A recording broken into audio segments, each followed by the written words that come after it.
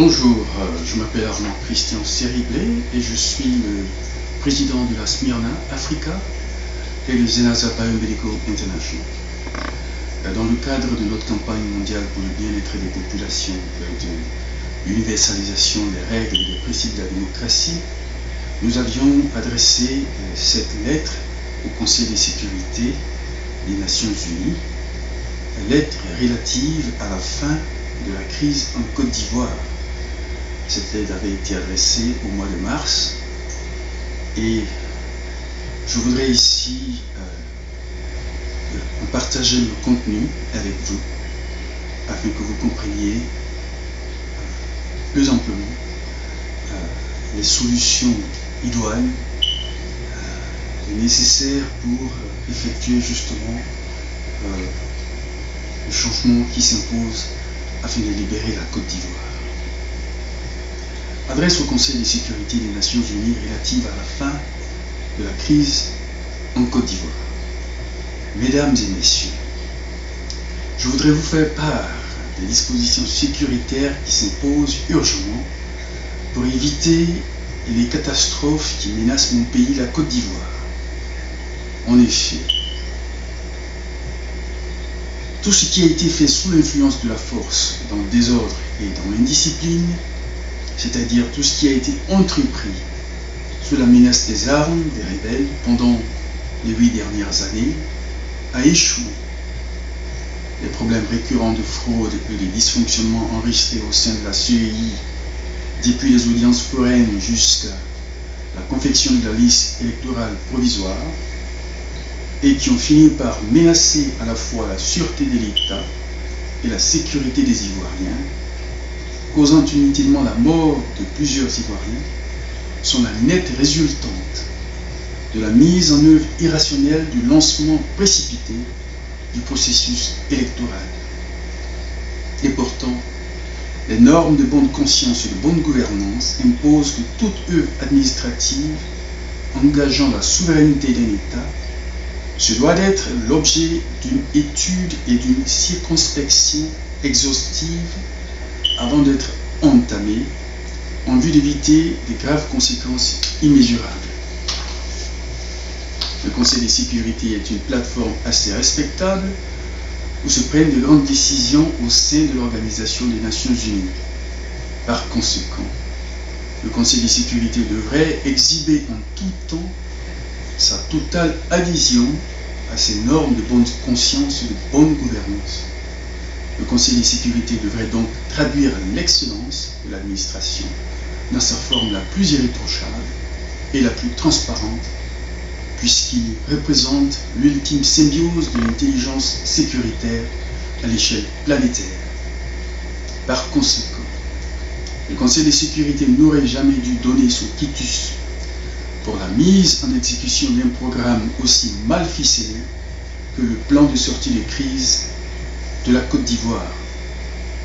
La pléiade des résolutions formulées par le Conseil de sécurité démontre bien la médiocrité du travail de recherche et d'analyse qui ont précédé la confection de vos résolutions relatives à la crise ivoirienne.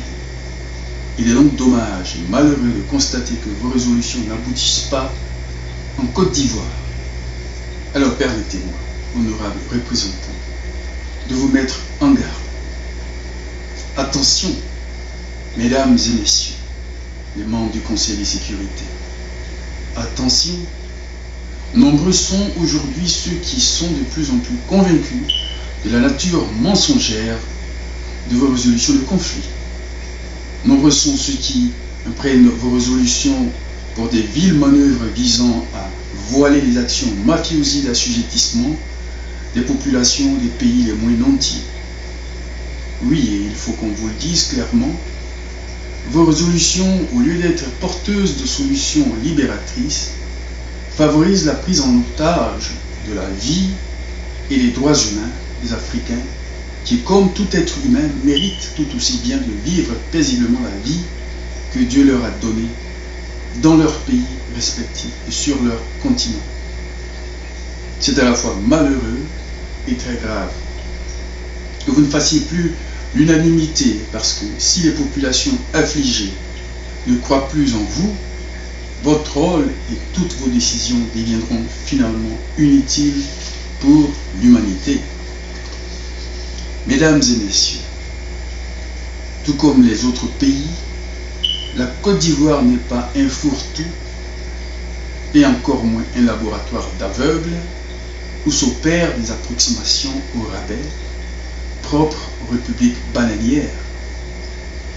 En Côte d'Ivoire, tout comme dans les autres pays, ce sont des êtres humains comme vous et comme moi qui y vivent. L'oublier ou feindre de l'admettre, c'est forcer des centaines de milliers d'habitants à l'exil. L'oublier ou feindre de l'admettre, c'est forcer des centaines de milliers de malades, de vieillards, de femmes, d'enfants et d'orphelins à l'exil. C'est détruire la vie humaine, plusieurs générations et toute une civilisation. Les conséquences de tels actes sont très graves et plus personne ne vous laissera les poser. Plus jamais. Dans le cas précis des élections en Côte d'Ivoire, les conséquences de vos résolutions ont conduit un nombre considérable de potentiels candidats et d'électeurs à l'exil forcé, créant ainsi un immense désordre. Oui, lorsque vous dites aux Ivoiriens, c'est bon, nous sommes d'accord, nous entérinons les plans de sortie de crise issus des accords de Marcoussis, de Lomé, d'Accra 1, d'Accra 2, de Pretoria et de Ouagadougou. Alors que vous ne maîtrisez pas tous les paramètres, vous contribuez de manière flagrante, injuste et désolante à l'exclusion et à l'installation du désordre et de l'indiscipline en Côte d'Ivoire. En effet, peut-on dire à un joueur de football qui a le pied fracturé de répartir sur le terrain alors qu'il se tient à peine debout sur des béquilles?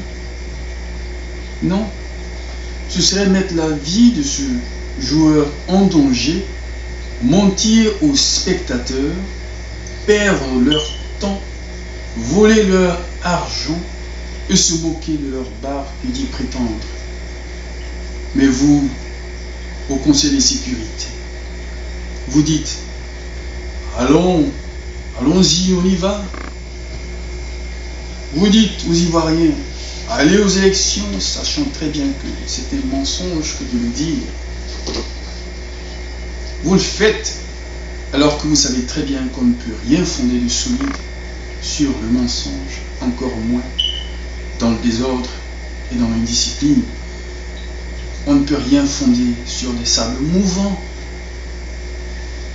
En effet, nombreux sont les candidats et les électeurs qui, quoique aspirant honnêtement à des élections démocratiques en Côte d'Ivoire, ont été privés de s'enliser et ou ne pourront pas y participer à cause des incongruités liées aux décisions précipitées et soutenues par le Conseil de sécurité. Et pourtant, le Conseil de sécurité sait très bien aussi que pour qu'il y ait élection démocratique dans un pays, les candidats et les électeurs doivent être libres de circuler sur l'ensemble du territoire pour rencontrer et s'adresser aux populations. Le Conseil de sécurité sait très bien aussi qu'en démocratie, personne ne doit être contraint d'une manière ou d'une autre à prendre part ou à s'abstenir des élections. Le Conseil de sécurité ne pouvait donc pas encourager les populations ivoiriennes à aller aux élections alors que celles-ci sont prises en otage par la présence des rebelles et sont donc de ce fait incontestablement privées de leur liberté de choix.